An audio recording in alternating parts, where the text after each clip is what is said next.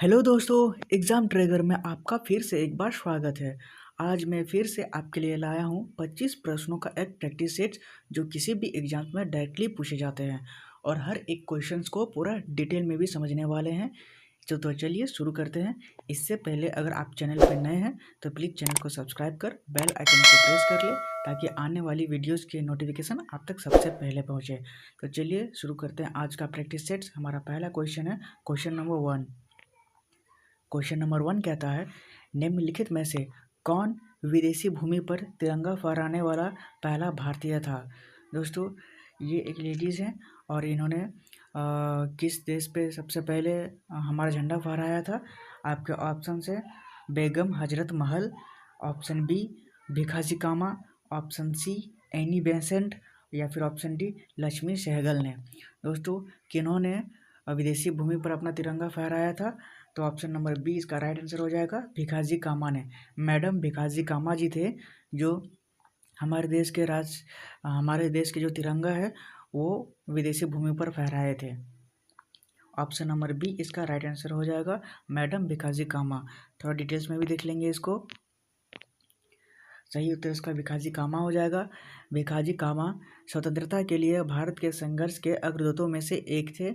21 अगस्त 1907 को जर्मनी के एक शहर स्टटगार्ट में एक अंतर्राष्ट्रीय समाजवादी सम्मेलन आयोजित किया जा रहा था।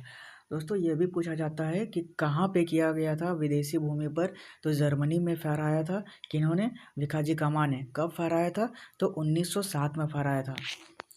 इस अवसर पर भिखाजी रुस्तम कामा ने भारतीय राष्ट्र ध्वज का पहला संस्करण फहराया था और उस समय उसमें लिखा हुआ था वंदे मातरम, जैसा कि आप लोग पिक्चर में देख रहे होंगे। आगे बढ़ते हैं और भी डिटेल्स में समझेंगे। वह एक छोटे छोटे समूह में से एक थी जिसने ध्वज को डिजाइन करने में मदद की थी, जो भारतीय राष्ट्र और पहचान के विभिन्न तत्वों का प्रतिनिधित्व करता था। उन्हें भारत के पहले तिरंगे झंडे को हरे, केसरिया और लाल धारियों के साथ डिजाइन करने का श्रेय दिया जाता है और जिन पर अमर शब्द है वंदे मातरम। किसने किया था? भिखाजी कामा ने। ये रंग भी उसमें डिज़ाइन किए थे और उन पे नाम भी लिखा हुआ था वंदे मातरम। किन्होंने किया था? तो मैडम भिखाजी कामा ने किए थे। याद रखेंगे सारे पॉइंट्स। आगे बढ़ेंगे। भिखाजी कामा रुस्तम कामा पूरा नाम है। यह मैडम कामा का जन्म 24 सितंबर 1861 को बॉम्बे में हुआ था। वह महान साहस, निडरता, अखंडता, दृढ़ता और स्वतंत्रता के जुनून की एक उत्कृष्ट महिला थी और भारतीय स्वतंत्रता संग्राम में उनके योगदान के कारण उन्हें भारतीय क्रांति की जननी माना जाता है। कई वर्षों तक विदेशी भूमि पर भारत के स्वतंत्रता संग्राम के लिए अथक संघर्ष करने के बाद वह भारत लौट आई और 13 अगस्त 1936 को उनकी मौत हो गई थी। किनकी? मैडम भिखाजी कामा की। याद रखेंगे दोस्तों। आगे ऑप्शंस के बारे में जानेंगे। एनी बेसेंट जो कि ऑप्शन में था, उनके बारे में, ये भी बहुत खास इंसान है। एनी बेसेंट एक ब्रिटिश समाजवादी, थियोसॉफिस्ट, महिला अधिकारी, कार्यकर्ता, लेखिका, वक्ता, शिक्षाविद और परोपकारी थी। मानव स्वतंत्रता की चैंपियन के रूप में मानी जाने वाली वह आयरिश और भारतीय स्वशासन दोनों की प्रबल समर्थक थी। वह 300 से अधिक पुस्तकों और पर्चे के साथ एक विपुल लेखिका थी। उन्होंने हिंदू आस्था, इसके मूलभूत दर्शन और पूजा के तरीकों को पुनर्जीवित करने के लिए अथक प्रयास किया है। याद रखेंगे एनी बेसेंट के बारे में। आगे बढ़ेंगे जो कि ऑप्शंस में था बेगम हजरत महल। बेगम हजरत महल या फिर अवध की बेगम कहा जाता है। भारत की पहली महिला स्वतंत्रता सेनानियों में से एक थी जिन्होंने 1857 में स्वतंत्रता के पहले भारतीय युद्ध में लड़ाई का नेतृत्व किया था। जिन्होंने? बेगम हजरत महल जी ने। याद रखेंगे 1857 के भारतीय विद्रोह के दौरान ब्रिटिश ईस्ट इंडिया कंपनी के खिलाफ विद्रोह में उनकी प्रमुख भूमिका के लिए उन्हें जाना जाता है। बेगम हजरत महल जो थे 1857 के विद्रोह में लड़ाई किए थे ब्रिटिश ईस्ट इंडिया कंपनी के खिलाफ। याद रखेंगे बेगम हजरत महल के बारे में। आगे बढ़ेंगे। आगे ऑप्शंस में था लक्ष्मी सहगल। लक्ष्मी सहगल भारतीय स्वतंत्रता आंदोलन की क्रांतिकारी, भारतीय राष्ट्रीय सेना की एक अधिकारी और आज़ाद हिंद सरकार में महिला मामलों की एक मंत्री थी। लक्ष्मी को आमतौर पर भारत में लक्ष्मी द्वितीय विश्व युद्ध के दौरान बर्मा में बंदी बनाए जाने पर उनके पद पर संदर्भ के रूप में संदर्भित किया जाता है। याद रखेंगे विश्व युद्ध के दौरान वह 1981 में अखिल भारतीय लोकतांत्रिक महिला संघ के संस्थापक सदस्यों में से एक थी और उन्होंने इसकी कई गतिविधियों और अभियानों का नेतृत्व किया था। याद रखेंगे लक्ष्मी सहगल के बारे में ये सारे पॉइंट्स। आगे बढ़ेंगे। क्वेश्चन नंबर 2 कहता है, भारत का पहला राष्ट्र ध्वज 1906 में कहाँ पर फहराया गया था? ऑप्शन है इसके, ऑप्शन ए पटना में, ऑप्शन बी कोलकाता में, ऑप्शन सी नई दिल्ली में, या फिर ऑप्शन डी अहमदाबाद में। दोस्तों, भारत का जो पहला राष्ट्र ध्वज है 1906 में फहराया गया था कोलकाता में। ऑप्शन नंबर बी इसका राइट आंसर हो जाएगा, कोलकाता में। भारत का पहला राष्ट्र ध्वज 1906 में फहराया गया था, पहला, और कहाँ पे? कोलकाता में। याद रखेंगे, डिटेल्स में भी देख लेंगे इसको। सही तो इसका कोलकाता हो जाएगा। कहा जाता है कि भारत में पहला राष्ट्र ध्वज 7 अगस्त 1906 को फहराया गया था। इसे कोलकाता के पारसी बागान स्क्वायर ग्रीन पार्क में फहराया गया था। ये भी पॉइंट याद रखेंगे। ध्वज लाल, पीले और हरे रंग के 3 क्षैतिज पट्टियों से बना था। दूसरा झंडा 1907 में पेरिस में मैडम भिखाजी कामा द्वारा फहराया गया था। याद रखेंगे, अगर भारत में पूछा जाएगा तो कोलकाता बताएंगे, और विदेश में पूछा जाएगा तो जर्मनी बताएंगे। मैडम भिखाजी कामा ने किया था कब? 1907 में, और कोलकाता में फहराया था 1906 में। याद रखेंगे। और तीसरा झंडा 1917 में फहराया गया था। ये सारे पॉइंट्स याद रखेंगे दोस्तों, सारे पॉइंट्स पूछे जाते हैं। आगे इंपॉर्टेंट पॉइंट्स भी देख लेंगे। 1931 में हमारे राष्ट्र ध्वज के रूप में तिरंगे झंडे को अपनाते हुए एक प्रस्ताव पारित किया गया था। कब? 1931 में। 22 जुलाई 1947 को संविधान सभा ने राष्ट्र ध्वज को अपनाया था। कब अपनाया था? 22 जुलाई 1947 को। ये भी पॉइंट याद रखेंगे। भारत के राष्ट्र ध्वज का आकार आयताकार होगा, जो कि रेक्टेंगल के साइज़ की है, और झंडे की लंबाई से चौड़ाई, उसकी ऊंचाई अनुपात ये 3:2 है। ये भी पूछा जाता है। ये चारों पॉइंट्स पूछे गए हैं, याद रखेंगे। चारों पॉइंट्स इंपॉर्टेंट है, याद रखेंगे राष्ट्र ध्वज के बारे में। आगे देखेंगे एडिशनल इन्फॉर्मेशन में। भारत का राष्ट्र ध्वज एक तिरंगा पैनल है जो 3 आयताकार पैनलों या समान चौड़ाई के उप पैनलों से बना है। जैसे ये सब साइज बराबर है ये तीनों। राष्ट्र ध्वज का शीर्ष पैनल भारत केसरिया है और नीचे का पैनल भारत हरा है। ये केसरिया रंग है, ये हरा रंग है। मध्य पैनल सफ़ेद है, बीच में जो है वो सादा रंग का है। सफ़ेद पैनल के केंद्र में 24 समान दूरी वाली तीलियों के साथ गहरे नीले रंग का एक अशोक चक्र होता है। ये ब्लू कलर का, जो 24 इसमें तीलियाँ हैं, और ये ब्लू कलर का है। तिरंगे झंडे की बात में ये याद रखेंगे। और ये साइज है 3:2 का। ये सारे पॉइंट्स क्लियर रखेंगे। आगे बढ़े हम क्वेश्चन नंबर 3। क्वेश्चन नंबर 3 कहता है, भारत के राष्ट्र ध्वज की रचना किनके द्वारा की गई थी? ये जो तिरंगा झंडा है इसका डिजाइन किसने किया था? याद रखेंगे। Option A Pingali Venkayya, option B Jawaharlal Nehru, option C Mahatma Gandhi ji ने, या फिर ऑप्शन डी सुभाष चंद्र बोस जी ने। राष्ट्र ध्वज की रचना किनके द्वारा की गई थी? तो ऑप्शन ए पिंगली वेंकैया के द्वारा की गई थी। ऑप्शन ए इसका राइट आंसर हो जाएगा। और जर्मनी में जब किया था तो भिखाजी कामा ने उनका डिज़ाइन किया था। वहाँ पे लिखा हुआ था वंदे मातरम। और भारत में डिज़ाइन किए थे पिंगली वेंकैया, जो कि ये नए तिरंगे झंडे में है, और बीच में अशोक चक्र है। इनकी रचना किसने की थी? पिंगली वेंकैया ने। दोनों अलग अलग है, याद रखेंगे। डिटेल्स में भी देखेंगे।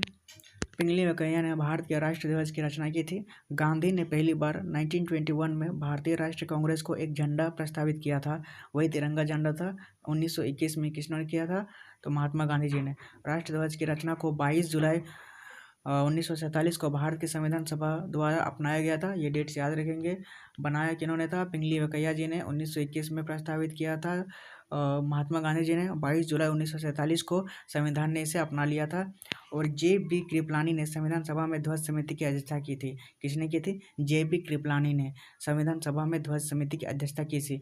ये चारों पॉइंट्स याद रखेंगे। चारों पॉइंट्स बहुत ही इंपॉर्टेंट है राष्ट्र ध्वज के बारे में। आगे बढ़ेंगे राष्ट्र ध्वज के बारे में और भी कुछ।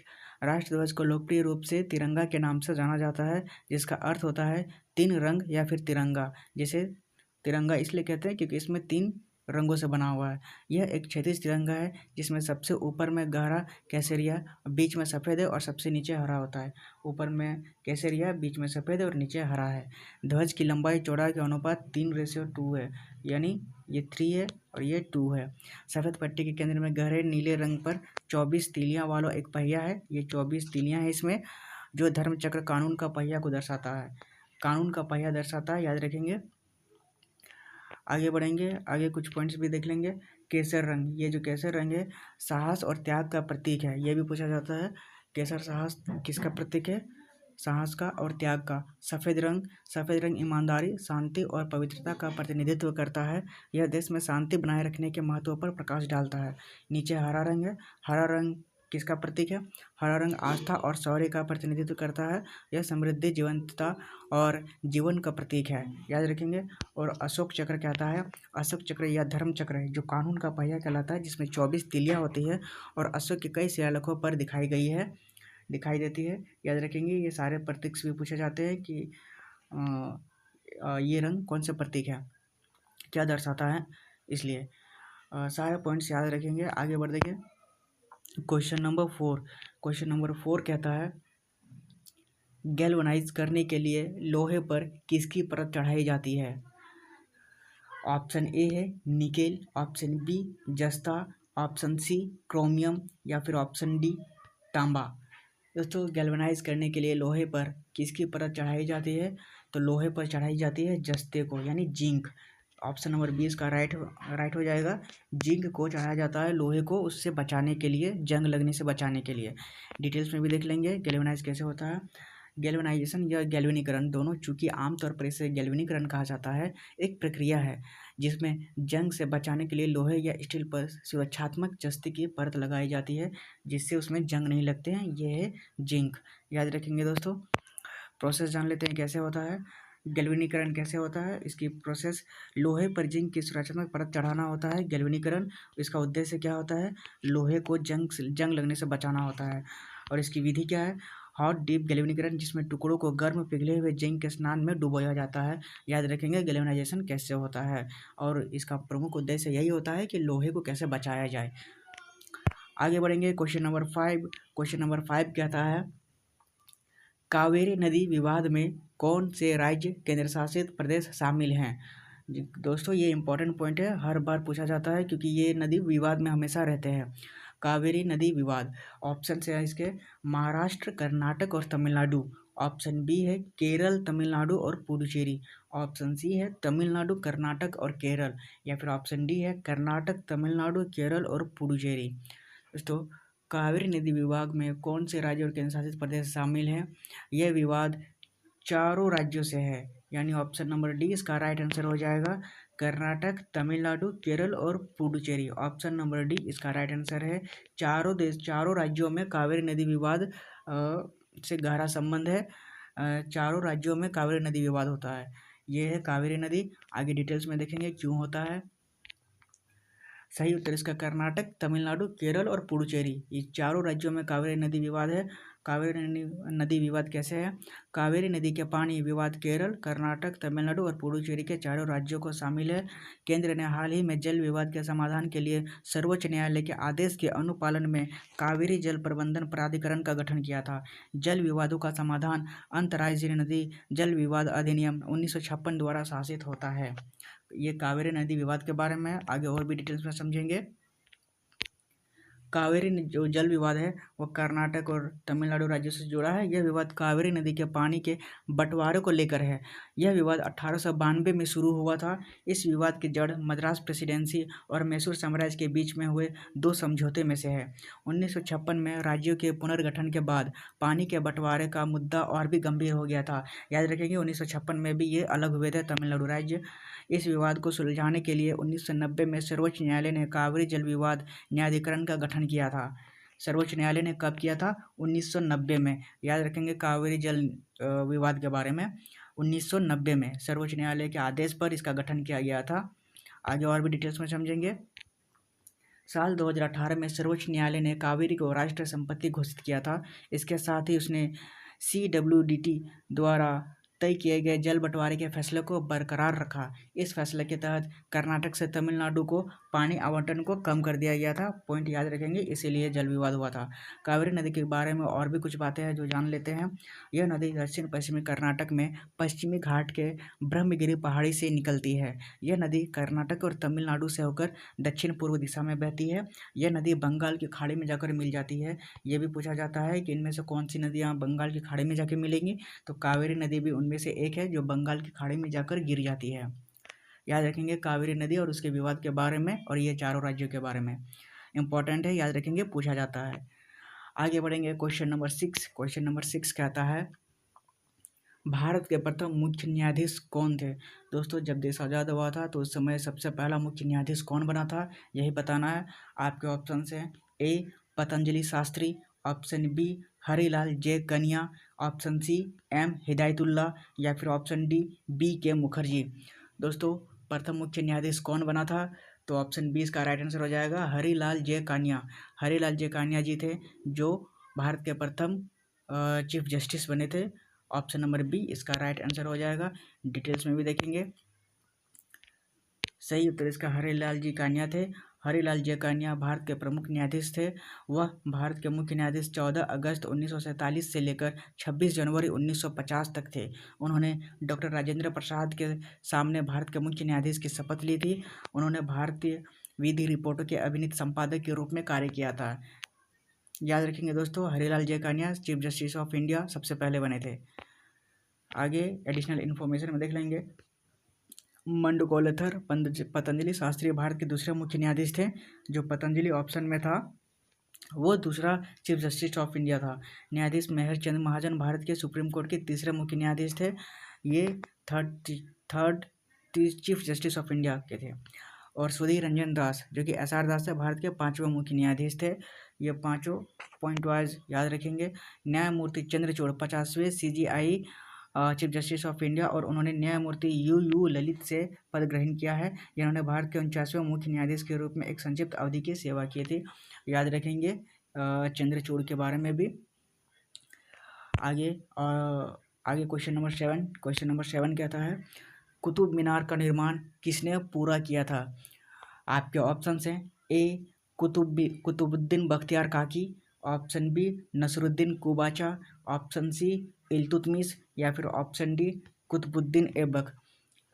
दोस्तों, कुतुब मीनार का निर्माण किसने पूरा किया था? तो आपके ऑप्शन में जवाब हो जाएगा इल्तुतमिश। ये जो कुतुब मीनार है किसने बनाया था? इल्तुतमिश ने पूरा किया था। ऑप्शन नंबर सी इसका राइट आंसर हो जाएगा। पूछा जाएगा कुतुब मीनार का निर्माण सबसे पहले स्टार्ट किसने किया था, तो उसमें बोलेंगे हम लोग कुतुबुद्दीन ऐबक। इस क्वेश्चन में आंसर हो जाएगा इल्तुतमिश, ऑप्शन नंबर सी। याद रखेंगे, कंफ्यूज नहीं होना है। और ये है कुतुब मीनार जो कि बनाया था किसने? इल्तुतमिश ने। आगे डिटेल्स में भी देखेंगे तब समझ में आ जाएगा। सही उत्तर इसका इल्तुतमिश हो जाएगा, जिन्होंने कुतुब मीनार को पूरा किया था। कुतुबुद्दीन ऐबक ने प्रसिद्ध सूफी संत ख्वाजा कुतुबुद्दीन बख्तियार काकी की याद में कुतुब मीनार का निर्माण शुरू किया था। शुरू किसने किया था? कुतुबुद्दीन ऐबक ने। किसके याद में किया था? कुतुबुद्दीन बख्तियार काकी की याद में। ये भी पूछा जाता है कि कुतुब मीनार किसकी याद में है, तो कुतुबुद्दीन बख्तियार काकी की याद में है। याद रखेंगे। और किसकी याद में किन्होंने बनाया था? तो कुतुबुद्दीन ऐबक ने शुरुआत किया था। कुतुबुद्दीन ऐबक के बारे में जान लेंगे। 1206 से 1210 ईस्वी तक इन्होंने शासन किया था, 4 साल तक। वह गुलाम वंश का संस्थापक था कुतुबुद्दीन ऐबक। वह इमारत की पहली मंजिल ही पूरा कर सका था।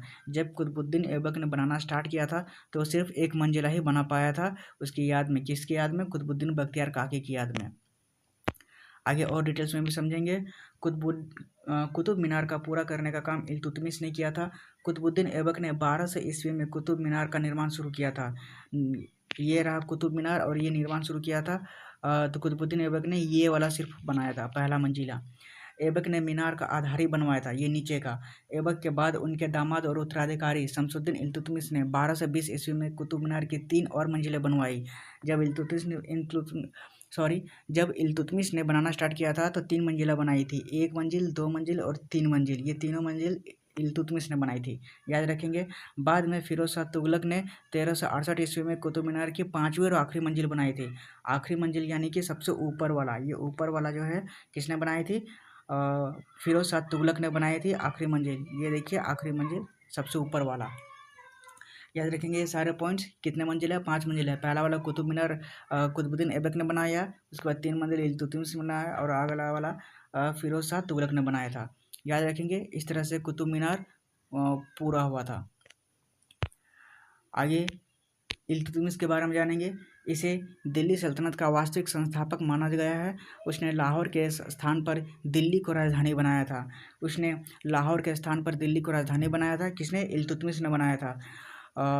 उसने ख्वारिज़्म शाह को, जिसका पीछा चंगेज़ खान कर रहा था, आश्रय देने से इनकार कर दिया। इस प्रकार उसने दिल्ली सल्तनत को चंगेज़ खान के आतंक से बचा लिया था। उसने अपने और दिल्ली की सल्तनत की मान्यता बगदाद खलीफा के खलीफा द्वारा मिली थी, जिसने उसे इस्लामिक राज्यों की विश्व बिरादरी के सदस्य के रूप में मान्यता दी थी। उसने कुतुब मीनार का निर्माण कार्य पूर्ण करवाया था। इल्तुतमिश के बारे में यह याद रखेंगे कि कुतुब मीनार पूरा किसने करवाया था, तो इल्तुतमिश ने, इम्पोर्टेंट है। आगे भी कुछ पॉइंट्स देख लेंगे। उसने 40 अमीरों के एक समूह का गठन किया था, जिसे तुर्कान-ए-चहलगानी या चालीसा के नाम से भी जाना जाता था। उसने दिल्ली सल्तनत में इक्तेदारी प्रणाली की शुरुआत की थी। यह भी पूछा जाता है दोस्तों कि इक्तेदारी प्रणाली किसने शुरू की थी, तो जवाब रहेगा इल्तुतमिश ने।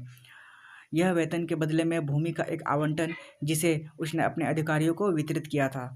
उसके द्वारा चांदी का सिक्का, जो कि टंका कहते हैं, और तांबे का सिक्का, जिसे जीतल चलवाया गया था। उसने तबकात ए नासिरी के लेखक मिनहाज अल सिराज को संरक्षण प्रदान किया था। शमसुद्दीन इल्तुतमिश के गुलाम वंश के वास्तविक संस्थापक के रूप में जाना जाता है। दोस्तों, गुलाम वंश के संस्थापक तो थे कुतुबुद्दीन ऐबक, लेकिन अगर क्वेश्चन में पूछा जाए कि वास्तविक संस्थापक के रूप में किन्हें जाना जाता है, तो शमसुद्दीन इल्तुतमिश को जाना जाएगा, जो कि कुतुबुद्दीन ऐबक के जमाई थे। याद रखेंगे दोस्तों। आगे एडिशनल इन्फॉर्मेशन में भी जान लेंगे।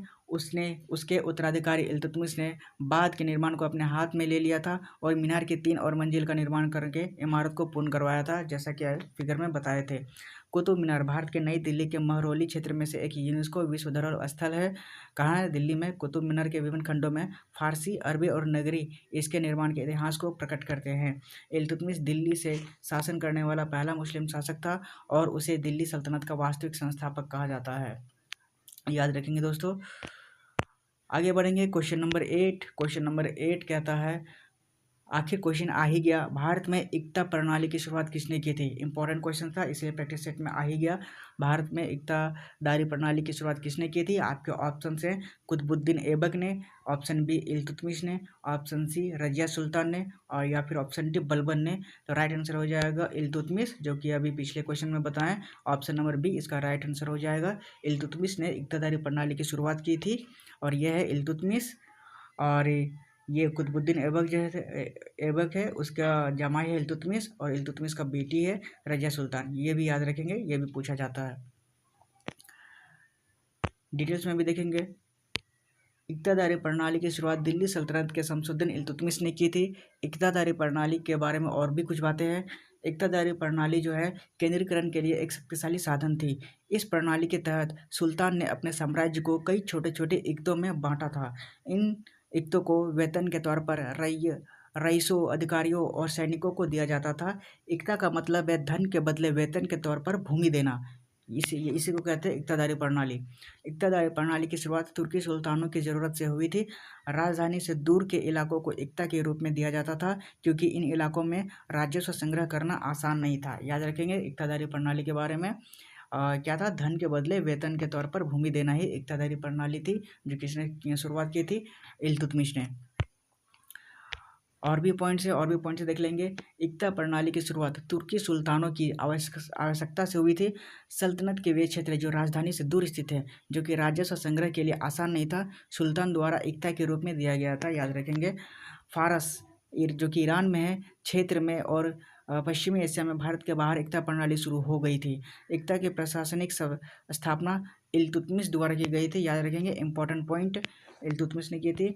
इल्तुतमिश ने इक्ता प्रणाली शुरू की। इक्ता का अर्थ है धन के बदले वेतन के रूप में भूमि को प्रदान करना। उम्मीद है दोस्तों याद हो गया होगा, ये क्वेश्चंस इंपॉर्टेंट है। आगे बढ़ते हैं। क्वेश्चन नंबर 9 कहता है, सिविल सेवा प्रणाली की शुरुआत किसने की थी? आपके ऑप्शन हैं, ए लॉर्ड हार्डिंग ने, ऑप्शन बी विलियम बेंटिंग ने, ऑप्शन सी वॉरेन हेस्टिंग्स ने, या फिर ऑप्शन डी लॉर्ड डलहौजी ने। दोस्तों, यूपीएससी जो एग्ज़ाम्स होते हैं, सिविल सेवा एग्ज़ाम, पब्लिक सर्विस कमीशन, ये इसकी शुरुआत किसने की थी? तो इसकी शुरुआत की थी वॉरेन हेस्टिंग्स ने। ऑप्शन नंबर सी इसका राइट आंसर हो जाएगा। सिविल सेवा प्रणाली की शुरुआत किसने की थी? तो वॉरेन हेस्टिंग्स ने की थी। ऑप्शन नंबर सी इसका राइट आंसर है। डिटेल्स में भी देखेंगे। भारत में सिविल सेवाओं की नींव रखने का श्रेय वॉरेन हेस्टिंग्स को दिया जाता है, जबकि सिविल सेवाओं के आंतरिक कार्यप्रणाली में सुधार और आधुनिकीकरण का कार्य चार्ल्स कार्निवालिस ने किया था। दोस्तों, दो नाम है, चार्ल्स कार्निवालिस और वॉरेन हेस्टिंग्स। इसमें से अगर आधुनिकीकरण और कार्यप्रणाली या फिर भारत में सिविल सेवा जनक के रूप में अगर जाना जाने के बाद कहने लगे तो कार्निवालिस को टिक करेंगे। लेकिन अगर सिविल सेवा को किसने स्टार्ट किया था तो वॉरेन हेस्टिंग्स का नाम सबसे पहले आता है, याद रखेंगे, कंफ्यूज नहीं होना है। उनके प्रयासों के लिए चार्ल्स कार्निवालिस को भारत में सिविल सेवा के जनक के रूप में जाना जाता है। भारत की वर्तमान सिविल सेवाएं मुख्य रूप से ब्रिटिश भारत के पूर्ववर्ती भारतीय सिविल सेवा के पैटर्न पर आधारित है। याद रखेंगे, दो नाम अलग अलग हैं, अलग अलग नामों से क्वेश्चन में पूछे जाते हैं, कंफ्यूज नहीं होंगे। वॉरेन हेस्टिंग्स का अगर नाम आया सिविल सेवा के ऑप्शंस में तो वॉरेन हेस्टिंग्स ही टिक लगाएंगे, बाकी कार्निवालिस को भी टिक लगा सकते हैं अगर ऑप्शन में रहा, और भारत के सिविल सेवा के जनक के रूप में। आगे देखेंगे डिटेल्स में भी सब तब समझ में आ जाएगा। वॉरेन हेस्टिंग्स ने ब्रिटिश राज के दौरान सिविल सेवा की नींव रखी थी। चार्ल्स कार्निवालिस ने कुछ सुधार लाते हुए इसका आधुनिकीकरण किया और इसे पुनर्गठित किया था। इसलिए चार्ल्स कार्निवालिस को भारत में सिविल सेवा के जनक के तौर पर जाना जाता है। याद रखेंगे दोनों पॉइंट्स, दोनों अलग अलग नाम है। ब्रिटिश जनरल चार्ल्स कार्निवालिस को फरवरी 1786 में ब्रिटिश भारत के कमांडर इन चीफ और साथ ही फोर्ट विलियम के सूबे, जिसे बंगाल प्रेसिडेंसी के नाम से भी जाना जाता है, के गवर्नर के रूप में 2 भूमिकाओं के लिए नियुक्त किया गया था। किसे? चार्ल्स कार्निवालिस को। उन्होंने अनुबंधित सिविल सेवा और गैर अनुबंधित सिविल सेवा की शुरुआत की थी। अनुबंधित सिविल सेवाओं को कंपनी के कानून से बाहर रखकर बनाया गया था। याद रखेंगे चार्ल्स कार्निवालिस के बारे में। आगे ऑप्शंस में जो था उसके बारे में जब भी जान लेंगे। लॉर्ड हार्डिंग था। लॉर्ड हार्डिंग क्या है? 1910 से 1916 तक शासन करने वाला था। तब तक भारत के वायसराय के रूप में कार्य किया था। उनके कार्यकाल के दौरान महत्वपूर्ण घटनाएं हुई थी। याद रखेंगे लॉर्ड हार्डिंग के द्वारा, लॉर्ड हार्डिंग के समय में क्या क्या हुआ था तो 1911 का दिल्ली दरबार हुआ था। बंगाल विभाजन को रद्द करने की घोषणा हुई थी 1911 में। किसके कार्यकाल में? लॉर्ड हार्डिंग के। कलकत्ता से दिल्ली में राजधानी को स्थानांतरित किया गया था 1911 में। याद रखेंगे लॉर्ड हार्डिंग के समय में, जिसे जॉर्ज पंचम ने आदेश दिया था। और प्रथम विश्व युद्ध हुआ था 1914 में लॉर्ड हार्डिंग के समय में। याद रखेंगे लॉर्ड हार्डिंग के समय में ये सब घटनाएं हुई थी। आगे बढ़ते हैं। Lord Warren Hastings. Warren Hastings के समय में क्या क्या हुआ था? वह 1772 में बंगाल के पहले गवर्नर जनरल थे। उनके कार्यकाल की महत्वपूर्ण घटनाएं थी। प्रथम आंग्ल मराठा युद्ध जो कि 1775 से 82 तक हुआ था, वॉरेन हेस्टिंग्स के समय में हुआ था। द्वितीय आंग्ल मैसूर युद्ध हुआ था 1780 से 1784 तक, वॉरेन हेस्टिंग्स के समय में। और 1773 का विनियमन अधिनियम हुआ था वॉरेन हेस्टिंग्स के समय में। ये तीनों घटनाएं याद रखेंगे जो हेस्टिंग्स के समय में हुए थे। आगे है लॉर्ड डलहौजी जो कि ऑप्शन में था। डलहौजी के समय में क्या क्या हुआ था? वह 1848 से 1856 तक भारत का गवर्नर जनरल थे। उन्होंने चूक के सिद्धांत की शुरुआत की थी। पूछा जाएगा चूक का सिद्धांत किसने शुरू की थी? डलहौजी ने। उनके कार्यकाल के दौरान भारत में पहली रेल शुरू हुई थी। याद रखेंगे रेलवे की बात करेंगे तो डलहौजी के समय में ये स्टार्ट हुआ था। उन्होंने लोक निर्माण विभाग की स्थापना की थी। ये चारों पॉइंट्स याद रखेंगे डलहौजी के बारे में। आगे एडिशनल इन्फॉर्मेशन में भी देख लेंगे। प्रतियोगी परीक्षाओं के माध्यम से प्रवेश के साथ जो कि सिविल सेवा योग्यता आधारित प्रणाली पर आधारित सिविल सेवा थी। इस उद्देश्य के लिए 1854 में लंदन में एक सिविल सेवा आयोग की स्थापना की गई थी और 1855 में प्रतियोगी परीक्षा शुरू की गई थी। प्रारंभ में भारतीय सिविल सेवा की परीक्षाएं केवल लंदन में ही आयोजित की जाती थी। अधिकतम आयु 23 साल से 18 साल की आयु के बच्चे इन लोग ये एग्जाम दे सकते थे। पाठ्यक्रम को इस तरह से डिजाइन किया गया था कि यूरोपीय क्लासिक्स में अंकों का प्रमुख हिस्सा था। 1864 में पहले भारतीय श्री रविंद्रनाथ टैगोर के भाई श्री सत्येंद्रनाथ टैगोर ने सफल हुए थे। यूपीएससी जो एग्जाम को सबसे पहले भारत के कौन से सफल हुए थे? श्री सत्येंद्रनाथ टैगोर सफल हुए थे भारत के। याद रखेंगे ये पॉइंट्स। आगे जानेंगे क्वेश्चन नंबर 10। क्वेश्चन नंबर 10 कहता है नेपोलियन बोनापार्ट का संबंध किस देश से था? दोस्तों ये है नेपोलियन बोनापार्ट, इनका संबंध किस देश से था? आपके ऑप्शन से ए फ्रांस से, ऑप्शन बी स्पेन से, ऑप्शन सी इटली से, या फिर ऑप्शन डी इंग्लैंड से। तो नेपोलियन बोनापार्ट जो था वो उनका संबंध किससे था? तो फ्रांस से था। ऑप्शन नंबर ए इसका राइट आंसर हो जाएगा फ्रांस। नेपोलियन बोनापार्ट का संबंध फ्रांस से था, वो फ्रांस का निवासी था। आगे बढ़ेंगे डिटेल्स में भी देखेंगे। 1804 में नेपोलियन बोनापार्ट ने खुद को फ्रांस के सम्राट का ताज पहनाया था। उसने पड़ोसी यूरोपीय देशों को जीतने के लिए राजवंशों को तितर बितर करने और उन राज्यों को बनाने के लिए स्थापित किया जहां उसने अपने परिवार के सदस्यों को रखा था। नेपोलियन ने यूरोप के आधुनिकतावादी के रूप में अपनी भूमिका देखी। उन्होंने कई कानूनों को पेश किया जैसे कि निजी संपत्ति की सुरक्षा और भार प्रणाली के एक समान प्रणाली और दशमलव प्रणाली द्वारा प्रदान किए गए उपाय। अंततः 1815 में वाटरलू में उसे हराया गया था। यूरोप के अन्य हिस्सों में स्वतंत्रता और आधुनिक कानूनों के क्रांतिकारी विचारों को ले जाने वाले उनके कई उपायों का नेपोलियन के चले जाने के बाद लंबे समय बाद लोगों पर प्रभाव पड़ा था। याद रखेंगे नेपोलियन बोनापार्ट के बारे में ये पॉइंट्स। आगे भी कुछ पॉइंट्स है। नेपोलियन बोनापार्ट ने वाटरलू की लड़ाई में फ्रांसीसी सेना का नेतृत्व किया था। 1815 में वाटरलू की लड़ाई में हार के बाद अंग्रेजों ने नेपोलियन बोनापार्ट को अंध महासागर के दूर द्वीप सेंट हेलेना में बंदी बना लिया था। पूछा जाता है कहाँ पर बंदी बनाया गया था नेपोलियन बोनापार्ट को, तो सेंट हेलेना में। वहीं पर 5 मई 1821 को 51 वर्ष की आयु में उनकी मौत हो गई थी। याद रखेंगे नेपोलियन बोनापार्ट के बारे में। कहाँ कैद किया गया था? सेंट हेलेना में। किसने किया था? अंग्रेजों ने। आगे बढ़ेंगे क्वेश्चन नंबर 11। क्वेश्चन नंबर 11 कहता है तमिलनाडु राज्य में होगेनकाल झरना किस नदी पर स्थित है? यह है दोस्तों होगेनकाल झरना, और ये बताना है कि किस नदी पर है। आपके ऑप्शन हैं ए नर्मदा नदी, ऑप्शन बी कृष्णा नदी, ऑप्शन सी पेरियार नदी, या फिर ऑप्शन डी कावेरी नदी। इसका राइट आंसर हो जाएगा ऑप्शन डी कावेरी नदी। कावेरी नदी में थी जो तमिलनाडु राज्य में होगेनकाल जो झरना बना हुआ है ये कावेरी नदी पर बना हुआ है। याद रखेंगे ऑप्शन नंबर डी इसका राइट आंसर हो जाएगा, कावेरी नदी पर बना है होगेनकाल झरना। डिटेल्स में भी देखेंगे। ये है झरना कावेरी नदी की, होगेनकाल जलप्रपात कावेरी नदी पर बना है। यह झरना तमिलनाडु के धर्मपुरी जिले और कर्नाटक के चामराजनगर जिले के बीच की सीमा पर स्थित है। याद रखेंगे होगेनकाल जलप्रपात कहाँ है, तो तमिलनाडु में है, कावेरी नदी पर बना हुआ है।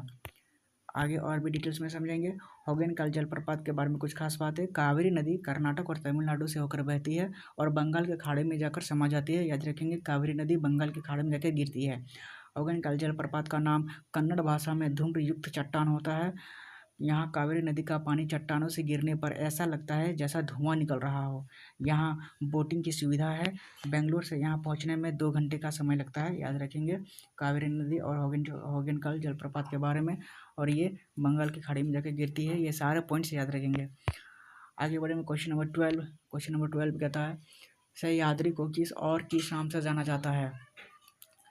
दोस्तों भारत के ये साइड है इसको सह्याद्री कहते हैं, और यही और किस नाम से जाना जाता है यही पूछा गया है। तो आपके ऑप्शन से ए अरावली के नाम से जाना जाता है, ऑप्शन बी पश्चिमी घाट के नाम से जाना जाता है, ऑप्शन सी हिमाद्री के नाम से जाना जाता है, या फिर ऑप्शन डी पूर्वी घाट के नाम से जाना जाता है। इंपॉर्टेंट है सह्याद्री को और किस नाम से जाना जाता है, तो ऑप्शन नंबर बी इसका राइट आंसर हो जाएगा, पश्चिमी घाट के नाम से जाना जाता है सह्याद्री को। ऑप्शन नंबर बी इसका राइट आंसर है। डिटेल्स में भी देखेंगे। पश्चिमी घाट को सह्याद्री के नाम से जाना जाता है। पश्चिमी घाट के विभिन्न स्थानीय नाम हैं, जैसे महाराष्ट्र में सह्याद्री, कर्नाटक और तमिलनाडु में नीलगिरी पहाड़ियाँ भी कहते हैं, और केरल में अन्नामलाई पहाड़ियाँ या फिर इलाची पहाड़ियाँ भी कहते हैं। याद रखेंगे ये सारे पॉइंट्स। डिटेल्स में भी देखेंगे। पश्चिमी घाट को सह्याद्री के नाम से जाना जाता है। पश्चिमी घाट भारत के पश्चिमी तट पर स्थित एक पर्वत श्रृंखला है। यह भारतीय प्रायद्वीप के पश्चिमी तट के समानांतर फैली हुई है। पश्चिमी घाट महाराष्ट्र, कर्नाटक, तमिलनाडु, केरल और गोवा और गुजरात राज्यों से होकर गुजरती है। यह है पूरा का पूरा पश्चिमी घाट। याद रखेंगे दोस्तों। आगे देखेंगे। पश्चिमी घाट को अलग अलग क्षेत्रों में अलग अलग नामों से जाना जाता है। जैसे कि महाराष्ट्र में इसे सह्याद्री कहते हैं, किसको? पश्चिमी घाट को। कर्नाटक और तमिलनाडु में इसे नीलगिरी पहाड़ियों के नाम से जाने जाते हैं। केरल में इसे अन्नामलाई पहाड़ियाँ या फिर इलाची पहाड़ियाँ कहते हैं। कहाँ पे? केरल में। कर्नाटक में इसे मलनाड या फिर पहाड़ियों की भूमि भी कहा जाता है। याद रखेंगे किसे? पश्चिमी घाट को। आगे देखेंगे एडिशनल इन्फॉर्मेशन में, जो कि ऑप्शन में था पूर्वी घाट। पूर्वी घाट के बारे में पूछा जा सकता है। पूर्वी घाट उत्तरी उड़ीसा को आंध्र प्रदेश के माध्यम से दक्षिणी में तमिलनाडु तक कर्नाटक के कुछ हिस्सों से गुजरते हुए चलते हैं। वे प्रायद्वीपीय भारत की 4 प्रमुख नदियों द्वारा नष्ट हो जाते हैं और कट जाते हैं, अर्थात जैसे कि गोदावरी नदी, महानदी, कृष्णा नदी और कावेरी नदी। पूर्वी घाट या पूर्व घाट, जिसे महेंद्र पर्वत के नाम से भी जाना जाता है, याद रखेंगे महेंद्र पर्वत पूर्वी घाट के नाम से जाना जाता है। भारत के पूर्वी तट के स्थित 7 पहाड़ों की एक अंतः श्रृंखला है। इसे मलयाद्री के नाम से भी जाना जाता है। दोस्तों पूछा जाएगा कि पूर्वी घाट को और किस नाम से जाना जाता है, तो मलयाद्री के नाम से जाना जाता है। ये भी पूछा जाता है, इंपॉर्टेंट है, याद रखेंगे। आगे बढ़ते हैं क्वेश्चन नंबर 13। क्वेश्चन नंबर 13 कहता है वास्को द गामा भारत कब आया था? दोस्तों ये है वास्को द गामा, और यह भारत कब आता यही बताना है। आपके ऑप्शन से 1600 ईस्वी में, ऑप्शन बी 1498 में, ऑप्शन सी 1857 में, या फिर ऑप्शन डी 1945 में। दोस्तों वास्को द गामा भारत कब आया था? तो 1498 में आया था। ऑप्शन नंबर बी इसका राइट आंसर हो जाएगा। 1498 में भारत आया था वास्को द गामा। डिटेल्स में भी देखेंगे। पुर्तगाल के नाविक वास्को ड गामा जो 20 मई 1458 को भारत के केरल राज्य के कोझिकोड जिले में कालीकट बंदरगाह में पहुंचे थे। यह भी पूछा जाता है कि वास्को द गामा कालीकट कब पहुंचा था? तो 1498 में। वह समुद्र के रास्ते भारत पहुंचने वाले पहले यूरोपीय थे। वास्को डी गामा की यात्रा से जुड़ी कुछ और खास बातें जान लेते हैं। वास्को डी गामा भारत आने से पहले 8 जुलाई 1497 को 4 जहाज़ों के बेड़े के साथ लिस्बन से निकले थे। याद रखेंगे 1497 में वो निकले थे लिस्बन से, और उनके साथ 3 दुभाषी थे जिनमें से 2 अरबी बोलते थे और एक कई बंटू बोलियों का जानकार था। याद रखेंगे 1497 में निकला था वास्को डी गामा और 1498 में पहुंचा केरल में। याद रखेंगे। आगे बढ़ते हैं। वास्को ड गामा एक पुर्तगाली खोजकर्ता थे। वह समुद्र के रास्ते भारत पहुंचने वाला पहला यूरोपीय है। वास्को द गामा 20 मई 1498 को कालीकट में भारत आया था, जहां केरल में है। गामा के आगमन के दौरान कालीकट में राजा समुद्री जो कि जमोरिन था, उन्होंने उसका स्वागत किया था। 29 अगस्त 1498 को वास्को द गामा कालीकट से रवाना हुए थे, मतलब यहाँ से निकल गए थे। 1502 में वास्को ड गामा ने भारत की वापसी की। फिर से उन्होंने 1524 में वायसराय की उपाधि के साथ भारत के गवर्नर के रूप में नियुक्त किया गया था। 1524 में कोच्चि में वास्को द गामा की मौत हो गई थी। याद रखेंगे सारे पॉइंट्स वास्को द गामा के बारे में। और भी डिटेल्स में है। रास्ते में उन्हें कई समुद्री तूफानों और अपने साथियों के विद्रोह का सामना करना पड़ा था। कालीकट में उनका स्वागत कालीकट के तत्कालीन शासक जमोरिन ने किया था। याद रखेंगे केरल जब पहुंचा था तो जमोरिन उसका वेलकम किया था। वास्को डी गामा ने भारत में 2 बार यात्रा की थी। 1524 में उन्हें वायसराय की उपाधि के साथ साथ भारत का गवर्नर नियुक्त कर दिया गया था। 24 मई 1524 को कोच्चि में वास्को डी गामा का निधन हो गया था। याद रखेंगे वास्को डी गामा का निधन हो गया था 1524 में। सभी पॉइंट्स याद रखेंगे। आगे बढ़ते हैं। Question number 14। क्वेश्चन नंबर 14 क्या था है? बांग्लादेश कब आज़ाद हुआ था? आपके ऑप्शन है ए 14 दिसंबर 1971 को, ऑप्शन बी है 15 दिसंबर 1971 को, ऑप्शन सी है 16 दिसंबर 1971 को, या फिर ऑप्शन डी 17 दिसंबर 1971 को। दोस्तों बांग्लादेश कब आज़ाद हुआ था? तो 16 दिसंबर 1971 को। ऑप्शन सी इसका राइट आंसर हो जाएगा। बांग्लादेश कब आज़ाद हुआ? तो 16 दिसंबर 1971 को। डिटेल्स में भी देखेंगे। 16 दिसंबर 1971 को बांग्लादेश आज़ाद हुआ था। बांग्लादेश के मुक्ति के लिए युद्ध 1971 में भारत और पाकिस्तान के बीच में लड़ा गया था। याद रखेंगे दोस्तों, भारत और पाकिस्तान में जब 1971 में लड़ाई हुई थी तब प्रधानमंत्री इंदिरा गांधी थे। उन्हीं के आदेश पर भारत और पाकिस्तान का युद्ध छिड़ गया था, जिससे बांग्लादेश आज़ाद हुआ था। इसके परिणाम स्वरूप बांग्लादेश के जनवादी गणराज्य की स्वतंत्रता हुई थी। 25 मार्च 1971 की रात को पश्चिमी पाकिस्तान द्वारा पूर्वी पाकिस्तान के लोगों के खिलाफ ऑपरेशन सर्च लाइट शुरू करने के बाद युद्ध शुरू हुआ था। 16 दिसंबर 1971 को पश्चिमी पाकिस्तान के आत्मसमर्पण के बाद युद्ध समाप्त हो गया था, और सैम मानेकशॉ उस समय भारतीय सेना प्रमुख थे। जो अभी फिल्म आई थी मानेकशॉ के बारे में, सैम बहादुर मानेकशॉ, ये उन्हीं के बारे में है जो 1971 में युद्ध लड़े थे भारत और पाकिस्तान के बीच में। याद रखेंगे सारे पॉइंट्स।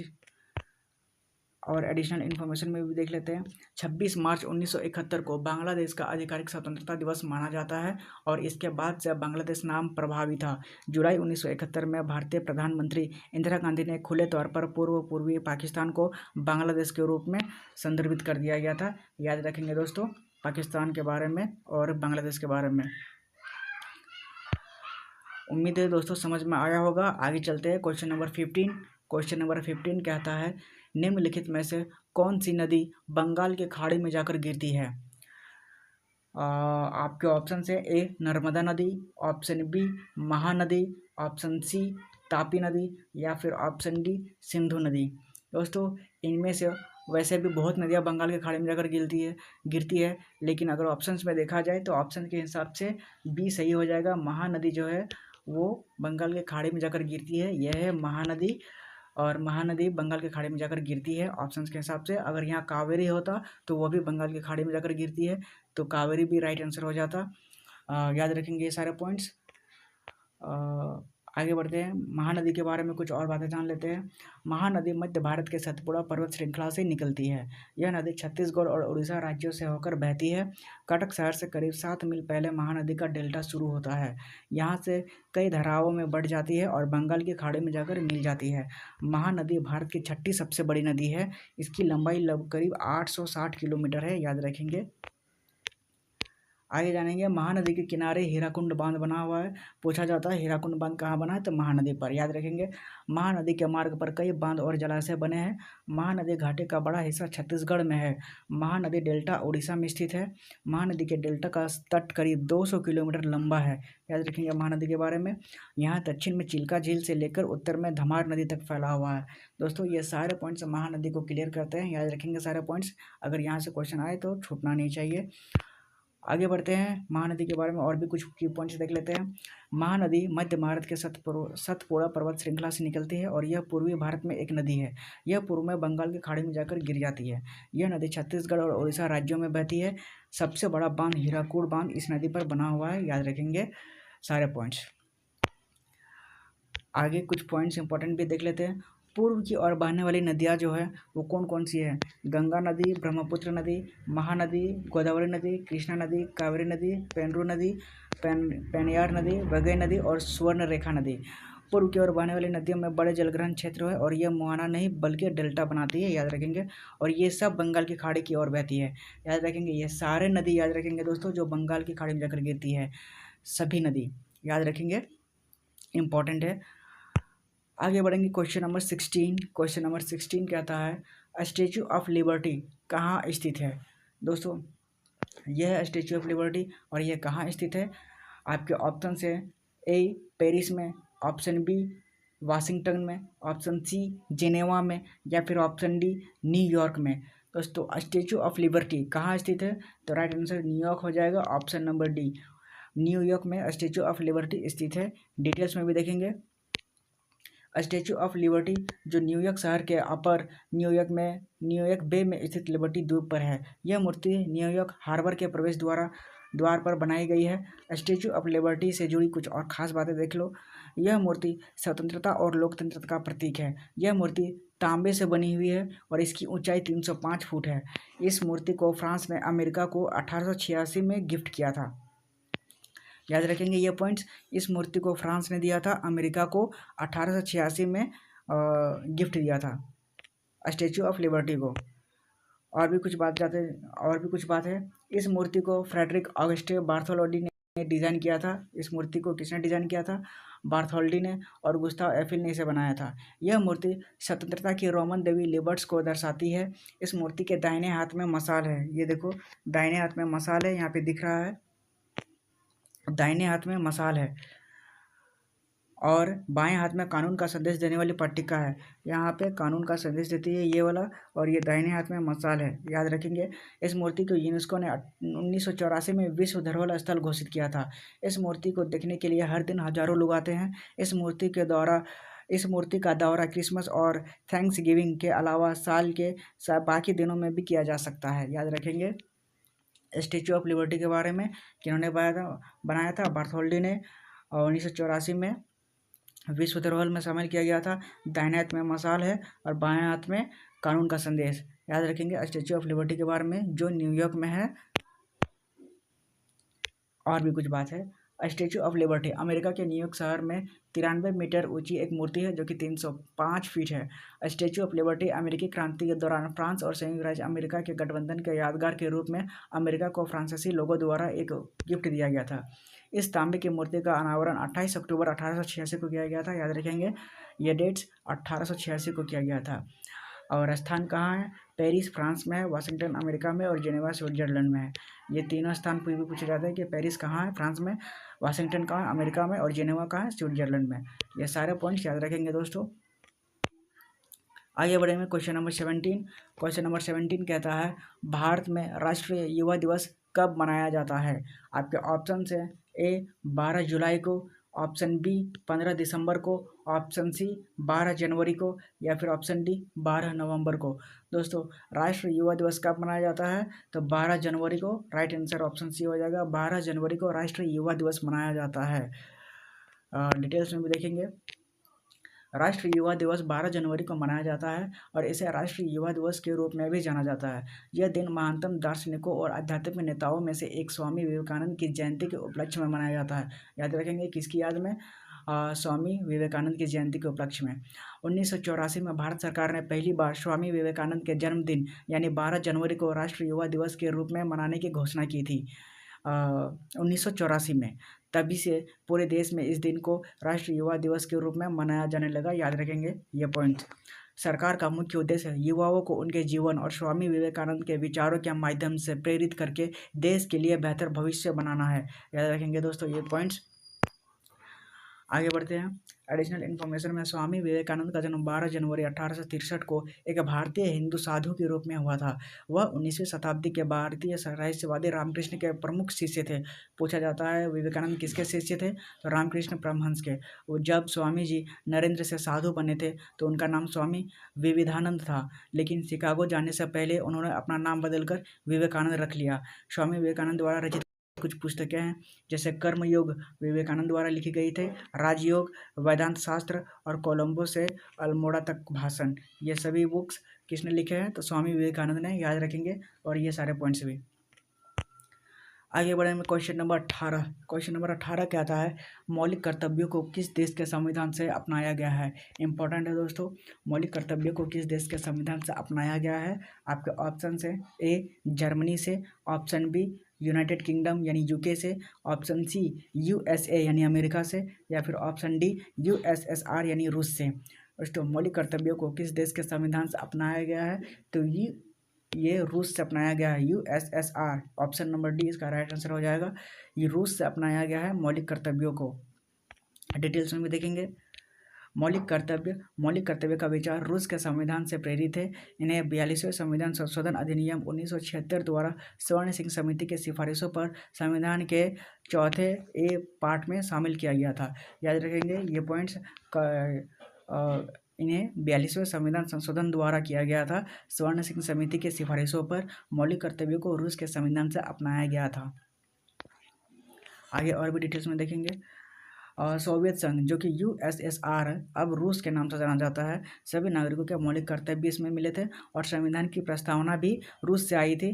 प्रस्तावना में सामाजिक, आर्थिक और राजनीतिक आधारों पर न्याय का आदर्श है, यह भी रूस से लिया गया था। इस प्रकार मौलिक कर्तव्यों को यूएसएसआर देश के संविधान से अपनाया गया है। आगे भी और भी डिटेल्स में देखेंगे।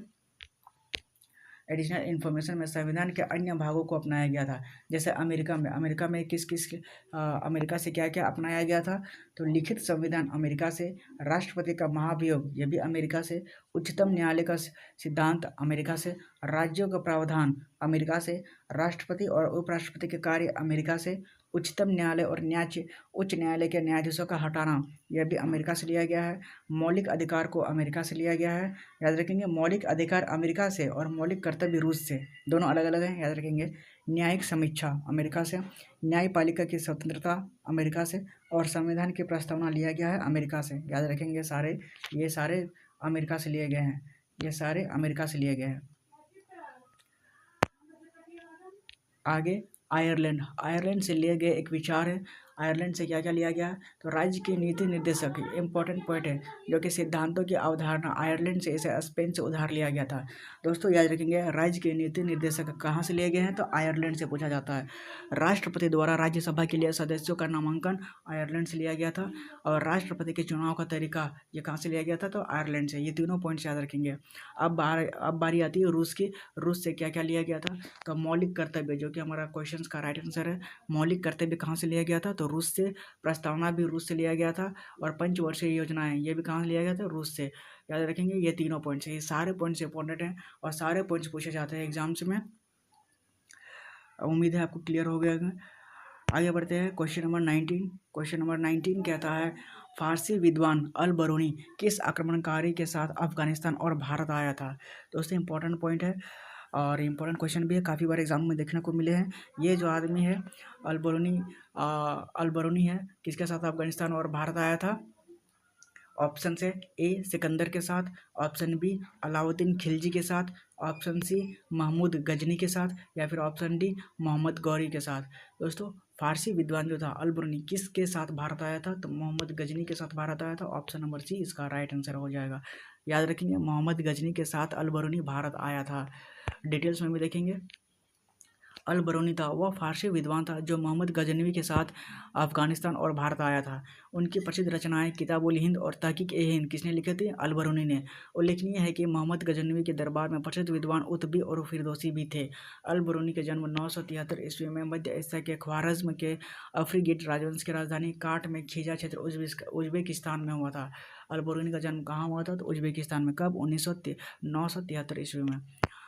आगे देखेंगे, उन्होंने अपना अधिकांश जीवन आधुनिक मध्य पूर्वी अफगानिस्तान में गजनवी की राजधानी गजनी में बिताया और 1017 में भारत का दौरा किया था। इसलिए ऑप्शन 3 इसका राइट आंसर हो जाएगा, मोहम्मद गजनी। उन्होंने ख्वारिज़्म में अपने जीवन के पहले 25 वर्षों के दौरान इस्लामी न्यायशास्त्र, धर्मशास्त्र, भाषा, गणित, खगोल विज्ञान, चिकित्सा, दर्शन और अधिकांश अन्य विज्ञानों का अध्ययन भी किया था। किसने? मोहम्मद गजनी ने। आगे कुछ पॉइंट्स देख लेंगे, इंपॉर्टेंट पॉइंट्स है। वह एक प्रतिभाशाली भाषाविद थे जो खारिज में फारसी, अरबी और संस्कृत के साथ साथ ग्रीक, हिब्रू और सिरियक में धारा प्रवाह थे। अल बरूनी सहित अधिकांश शिक्षाविदों को 1017 ईस्वी में गजनवी के राजवंश की राजधानी गजनी में लाया गया था, जब गजनी के मोहम्मद सम्राट थे।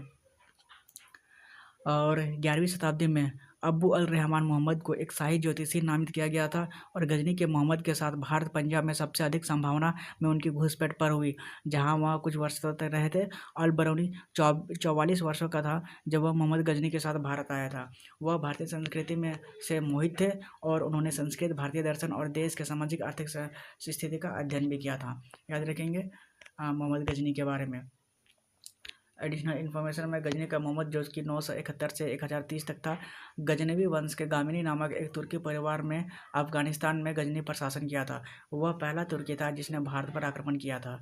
उसने केवल धन के लिए भारत पर आक्रमण किया था। उसने 1000 ईस्वी से 1027 की ईस्वी के बीच में भारत पर 17 बार आक्रमण किया था। याद रखेंगे, गजनी जो था वो भारत पर 17 बार आक्रमण किया था पैसों के लिए। 1001 ईस्वी में उसने भारत पर अपना पहला आक्रमण किया था। भारत में मोहम्मद का सबसे महत्वपूर्ण अभियान 1025 ईस्वी में काठियावाड़ गुजरात के तट पर स्थित सोमनाथ मंदिर के खिलाफ था। काठियावाड़ के शासक राजा भीमदेव और उनके अनुयायी मोहम्मद के डर से वहां से भाग निकले थे। याद रखेंगे। अब चलते हैं क्वेश्चन नंबर 20। क्वेश्चन नंबर 20 कहता है, नमक में कौन सा खनिज होता है? दोस्तों यह है नमक और इनमें कौन सा खनिज होता है? आपके ऑप्शन है जिप्सम, ऑप्शन बी है सोडियम, ऑप्शन सी है पोटेशियम या फिर ऑप्शन डी है मैग्नीशियम। तो नमक में कौन सा खनिज होता है? तो ऑप्शन नंबर बी इसका राइट आंसर हो जाएगा, सोडियम। सोडियम जो है इनका केमिकल नेम Na है, सोडियम। ऑप्शन नंबर बी इसका राइट आंसर हो जाएगा, सोडियम। नमक में कौन सा खनिज होता है? तो सोडियम होता है। डिटेल्स में भी देख लेंगे। नमक जो सोडियम क्लोराइड NaCl नामक खनिज से बनता है। नमक के कुछ रूप है ये। सेंधा नमक जिसे रॉकेट सॉल्ट भी कहा जाता है, यह सोडियम क्लोराइड से बनता है और सममितीय क्रिस्टल बनाता है। सेंधा नमक पाकिस्तान के सिंधु नदी के आसपास के हिमालयी क्षेत्रों में चट्टानों के रूप में पाया जाता है। इसका रंग सफ़ेद और हल्का गुलाबी या बैंगनी होता है। समुद्री नमक जिसे सोडियम, पोटेशियम और आयोडीन जैसे खनिज पाए जाते हैं। नमक का उत्पादन समुद्री पानी के खारे भागों को इकट्ठा करके किया जाता है। समुद्री पानी को खेतों में उपलब्ध झीलों या कुओं में इकट्ठा किया जाता है और फिर उसे रख दिया जाता है। याद रखेंगे दोस्तों सोडियम नमक के बारे में। आगे बढ़ते हैं क्वेश्चन नंबर 21। क्वेश्चन नंबर 21 कहता है, कानपुर में 1857 के विद्रोह का नेतृत्व किसने किया था? यानी कि जब 1857 का विद्रोह हुआ था कानपुर में तो उसका नेता कौन था, यही पूछना चाहता है। तो आपके ऑप्शन से अब्दुल अली खान थे, या फिर बी रानी लक्ष्मीबाई थे, ऑप्शन सी बख्त खान थे, या फिर ऑप्शन डी नाना साहब थे। दोस्तों कानपुर की बात करें तो कानपुर में 1857 के विद्रोह का जो नेता था वो नाना साहब था।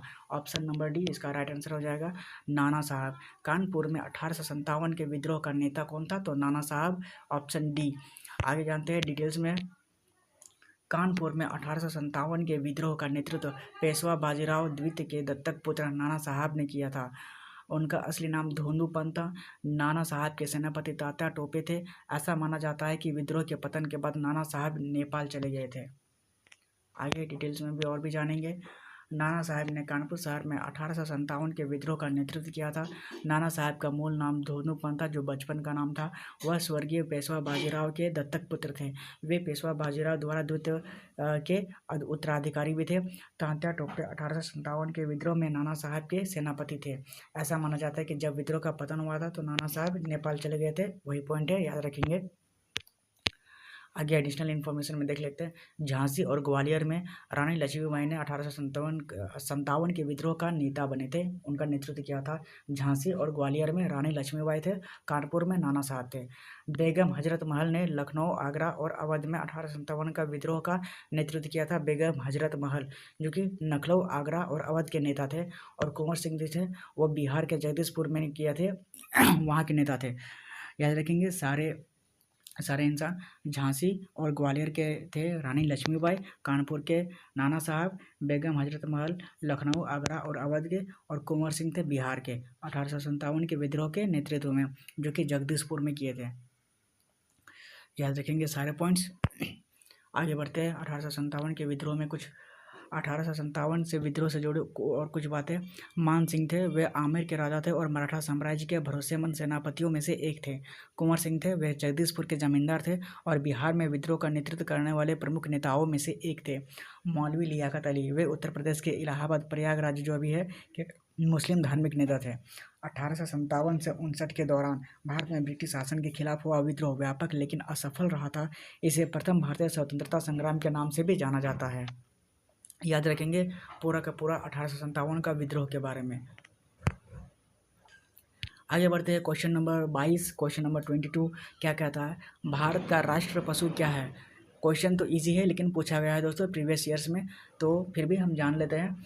आप इसका जवाब कमेंट में भी दे सकते हैं। तो भारत का राष्ट्र पशु क्या है? तो ऑप्शन ए है बैल, ऑप्शन बी है बाघ, ऑप्शन सी गाय, या फिर ऑप्शन डी शेर। दोस्तों तो भारत का राष्ट्र पशु क्या है? तो इजी क्वेश्चन है, ऑप्शन नंबर बी इसका राइट आंसर हो जाएगा बाघ। बाघ जो है भारत का राष्ट्रीय पशु है। डिटेल्स में भी देखेंगे। सही उत्तर बाघ है। रॉयल बंगाल टाइगर भारत का राष्ट्र पशु है। इस पशु का वैज्ञानिक नाम पैंथेरा टाइग्रस है। ये पूछा जाता है, ये भी इंपॉर्टेंट है। पैंथेरा टाइग्रस जो है वैज्ञानिक नाम है बाघ का। इसे अप्रैल 1973 में यह दर्जा दिया गया था और बाघ को उसके प्रांजलता, क्षमता, फुर्ती और शक्ति के कारण भारत के राष्ट्र पशु के रूप में भी चुना गया था। 1972 तक शेर भारत का राष्ट्र पशु था। याद रखेंगे बाघ से पहले राष्ट्र पशु क्या था? शेर था 1972 तक। याद रखेंगे दोस्तों। और भी कुछ है भारत का राष्ट्र प्रतीक, तो ये भी जान लेते हैं। जैसे राष्ट्र पशु बाघ था, तो भारत का राष्ट्र ध्वज क्या है? तो तिरंगा है। भारत का राष्ट्र पक्षी क्या है? तो मोर है। भारत का राष्ट्र पुष्प क्या है? तो कमल है। भारत का राष्ट्र वृक्ष क्या है? तो बरगद का पेड़ है। भारत का राष्ट्र गान क्या है? तो जन गण मन है। भारत का राष्ट्र नदी क्या है? तो गंगा नदी है। भारत का राष्ट्र चिन्ह क्या है? तो अशोक स्तंभ है। भारत का राष्ट्र गीत क्या है? तो वंदे मातरम है। भारत का राष्ट्र फल क्या है? तो आम है। राष्ट्र जलीय जीव क्या है? तो डॉल्फिन है। यह सारे पॉइंट्स याद रखेंगे, सारे पॉइंट्स पूछे जाते हैं भारत को लेकर, तो सारे प्रतीक याद रखेंगे, इम्पोर्टेंट है। आगे बढ़ते हैं। Question number 23, question number 23। Question number 23 कहता है महाभाष्य पुस्तक किस राजवंश के अंतर्गत लिखी गई थी? यह है दोस्तों महाभाष्य पुस्तक, और किस राजवंश के अंतर्गत लिखी गई थी यही आपको बताना है। आपके ऑप्शन से शुंग वंश, ऑप्शन बी कण्व वंश, ऑप्शन सी मौर्य वंश, या फिर ऑप्शन डी कुषाण वंश। दोस्तों महाभाष्य पुस्तक किस राजवंश के अंतर्गत लिखी गई थी? तो ऑप्शन ए इसका राइट आंसर हो जाएगा शुंग वंश। शुंग वंश में महाभाष्य पुस्तक की राजवंश के अंतर्गत लिखी गई थी। ऑप्शन नंबर ए इसका राइट आंसर हो जाएगा शुंग वंश। आगे डिटेल में भी देख लेते हैं। महाभाष्य पुस्तक पतंजलि द्वारा लिखी गई थी। यह शुंग वंश के दौरान लिखा गया था। याद रखेंगे महाभाष्य को किसने लिखा? तो पतंजलि ने लिखा। यह भी इम्पोर्टेंट है। यह पाणिनि के ग्रंथ अष्टाध्यायी से संस्कृत व्याकरण के चयनित नियमों के साथ ही कात्यायन की वर्तिका जो पाणिनि के व्याकरण का विस्तार है पर एक टिप्पणी है। अष्टाध्यायी ये भी पूछा जाता है, अष्टाध्यायी किसने लिखी थी? तो पाणिनि ने लिखी थी। यह 2री शताब्दी ईसा पूर्व पुरानी है। शुंग साम्राज्य ने कला और संस्कृति के विकास में महत्वपूर्ण भूमिका निभाई है। मथुरा कला शैली का विकास इसी दौरान में हुआ था। शुंग साम्राज्य ने 187 से 78 ईसा पूर्व तक शासन किया था। पुष्यमित्र शुंग प्रथम शासक और देवभूति अंतिम था। याद रखेंगे। जो शुंग वंश का प्रथम शासक था वो कौन था? पुष्यमित्र शुंग था। और इसका अंतिम शासक था देवभूति। ये सारे पॉइंट्स याद रखेंगे, ये सारे नोट्स बहुत अच्छे हैं, आपको ज़रूर काम आएंगे। सारे पॉइंट्स याद रखेंगे। आगे बढ़ते हैं क्वेश्चन नंबर 24। क्वेश्चन नंबर 24 कहता है विश्व जनसंख्या दिवस प्रत्येक वर्ष कब मनाया जाता है? आपके ऑप्शन है ए 11 अगस्त को, ऑप्शन बी 11 जुलाई को, ऑप्शन सी 13 अगस्त को, या फिर ऑप्शन डी 15 जुलाई को। दोस्तों इसका राइट आंसर हो जाएगा ऑप्शन नंबर बी 11 जुलाई। 11 जुलाई को विश्व जनसंख्या दिवस मनाया जाता है। ऑप्शन नंबर बी इसका राइट आंसर हो जाएगा। आगे देखते हैं, विश्व जनसंख्या दिवस 11 जुलाई को विश्व स्तर पर मनाया जाता है। यह बढ़ती जनसंख्या और लैंगिक समानता के प्रभावी के बारे में जागरूकता बढ़ाने के लिए है। विश्व जनसंख्या दिवस 2020 का विषय जो कोविड-19 पर ब्रेक लगाना था, महिलाओं और लड़कियों को स्वास्थ्य और अधिकारों की रक्षा करना था। विश्व जनसंख्या दिवस पॉपुलेशन डे 11 जुलाई को मनाया जाता है, याद रखेंगे। और भी कुछ दिवस है जो इम्पोर्टेंट है और एग्जाम में काफ़ी बार पूछे जाते हैं, जो प्रीवियस ईयर्स के हैं। देख लीजिए, 2 फरवरी को क्या है? विश्व आर्द्रभूमि दिवस मनाया जाता है। 22 मार्च को विश्व जल दिवस मनाया जाता है। 7 अप्रैल को विश्व स्वास्थ्य दिवस मनाया जाता है। 30 अप्रैल को आयुष्मान भारत दिवस मनाया जाता है। और 5 जून को विश्व पर्यावरण दिवस मनाया जाता है, याद रखेंगे। ये सारे दिवस इंपॉर्टेंट डेट्स हैं जो कि प्रीवियस ईयर्स में पूछे गए हैं। आगे बढ़ेंगे और हमारा आखिरी क्वेश्चन से आज का प्रैक्टिस सेट का है। क्वेश्चन नंबर 25वां 25 नंबर क्या आता है? पहला क्रिकेट विश्व कप कब आयोजित किया गया था? दोस्तों पहला जो वर्ल्ड कप था क्रिकेट का वो कब आयोजित किया गया था, वही यही बताना है। आपके ऑप्शन से ए 1975 में, ऑप्शन बी 1978 में, ऑप्शन सी 1972 में, या फिर ऑप्शन डी 1980 में। तो दोस्तों पहला क्रिकेट विश्व कप कब आयोजित किया गया था? तो ऑप्शन नंबर ए इसका राइट आंसर हो जाएगा 1975। 1975 में पहला वर्ल्ड कप क्रिकेट आयोजित किया गया था। डिटेल्स में भी देख लेंगे। सही उत्तर इसका 1975 है, जो पहला क्रिकेट वर्ल्ड कप हुआ था। पहला क्रिकेट वर्ल्ड कप इंग्लैंड में 1975 में आयोजित किया गया था, जिसमें 60 ओवर के होते थे। 60 ओवर प्रति पक्ष के एक दिवसीय मैचों की श्रृंखला के रूप में खेला गया था। 60 ओवर का जब स्टार्ट हुआ था। तो आगे और भी डिटेल्स में देख लेंगे। क्रिकेट वर्ल्ड कप एक अंतर्राष्ट्रीय क्रिकेट चैंपियनशिप है जो 4 साल के अंतराल में आयोजित की जाती है। यह एक दिवसीय क्रिकेट में प्रमुख प्रतियोगिता है और दुनिया में सबसे ज़्यादा देखी जाने वाली खेल प्रतियोगिता में से एक है। 1975 में पहला क्रिकेट विश्व कप इंग्लैंड में 60 ओवर प्रति मैच के एक दिवसीय मैचों की श्रृंखला के रूप में खेला गया था। और आगे भी देख लेंगे। और यह इंग्लैंड के बाहर भारत और पाकिस्तान में 1987 में पहली बार आयोजित किया गया था। 1987 के प्रतियोगिता में प्रति ओवरों की संख्या घटकर 50 ओवर हो गई थी। 1987 में घटकर ये 50 ओवर कर दिया गया था। 2007 में ऑस्ट्रेलिया लगातार 3 विश्व कप टूर्नामेंट जीतने वाली पहली टीम बनी थी, जो कि ऑस्ट्रेलिया थी, जो लगातार 3 बार वर्ल्ड कप जीती थी। याद रखेंगे दोस्तों ये सारे पॉइंट्स। और हमारे क्वेश्चन यहीं समाप्त होते हैं। उम्मीद है दोस्तों आपको ये क्वेश्चन ज़रूर पसंद आए होंगे और सारे प्रैक्टिस सेट आपको ज़रूर अच्छे लगेंगे। मिलते हैं दोस्तों अगले वीडियो में, तब तक के लिए धन्यवाद।